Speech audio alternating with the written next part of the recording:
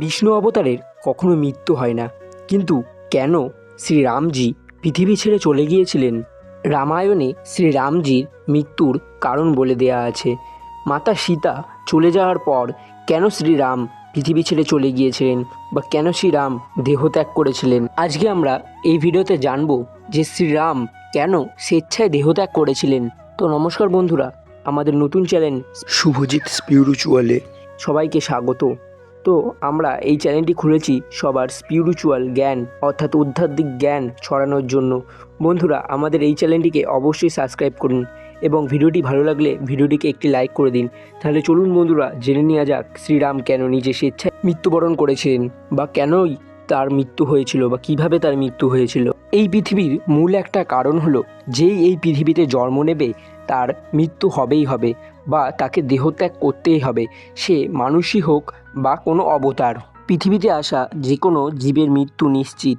রামায়ণ আমাদের এটাই বলে যে বিষ্ণুর অবতার রাম এবং শেষনাগের অবতার লক্ষ্মণকেও মৃত্যুবরণ করতে হয়েছিল।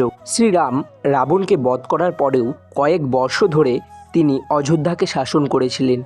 তারপর বিধির বিধান তার উপরেও খেটেছিল। তার জন্য প্রথমে লক্ষ্মণ পৃথিবী ত্যাগ করেন এবং তারপর শ্রীরামও বৈকুণ্ঠে চলে যান। বন্ধুরা, রামায়ণ থেকে জানা যায় যে শ্রীরামের সঙ্গে দেখা করতে একজন ঋষি এসেছিলেন। সেই ঋষি শ্রীরামের সঙ্গে অত্যন্ত একাকীভাবে কথা বলতে চেয়েছিলেন এবং তিনি শ্রীরামকে বলেছিলেন, যদি তাদের কথোপকথন কেউ জেনে যায় তাহলে তার শাস্তি হবে একদম মৃত্যুদণ্ড। তখন শ্রীরাম লক্ষ্মণকে বলেন যে দরজায় পাহারা দিতে, যেন কেউ ভেতরে আসতে না পারেন। আসলে সেই ঋষি ছিলেন কালদেব। তিনি ভগবান শ্রীরামকে বলতে এসেছিলেন যে এই পৃথিবীতে তার সময় ফুরিয়ে এসেছে। শ্রী লক্ষ্মণ এটা জানতেন না। তিনি দরজায় দাঁড়িয়ে পাহারা দিচ্ছিলেন। তখনই সেখানে এলেন ঋষি দুর্বাসা এবং রামের সঙ্গে দেখা করার ইচ্ছা প্রকাশ করলেন। শ্রী লক্ষ্মণজি তার আদেশ পালন করার জন্য তিনি ঋষি দুর্বাসাকে দরজাতেই আটকে দিলেন এবং বললেন এবং অনুরোধ করলেন ভেতরে না যেতে।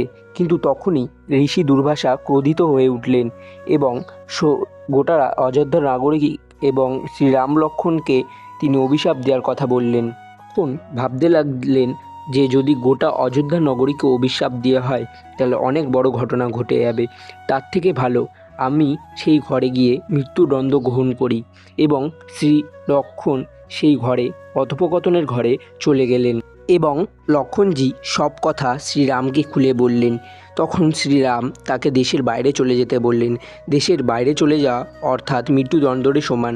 তাই লক্ষ্মণজি দেশের বাইরে গিয়ে সরেয়ু নদীর তীরে তার প্রাণ দিলেন। শ্রীরাম এই কথাটি শুনে খুব দুঃখ পেলেন যে তার ভাই সরেয়ু নদীর তীরে তার প্রাণ দিয়েছেন এবং শ্রীরাম তার রাজপাট তার ছেলেদের হাতে দিয়ে তিনিও সরেয়ু নদীর তীরে গিয়ে বিলীন হয়ে গেলেন। নমস্কার বন্ধুরা, তো আজকের ভিডিওটি এই পর্যন্তই। ভিডিওটি ভালো লাগলে অবশ্যই ভিডিওটিকে একটি লাইক করে দেবেন এবং আমাদের চ্যানেলটিকে সাবস্ক্রাইব করে দেবেন। তো নমস্কার, জয় শ্রীকৃষ্ণ, জয় শ্রীরাম।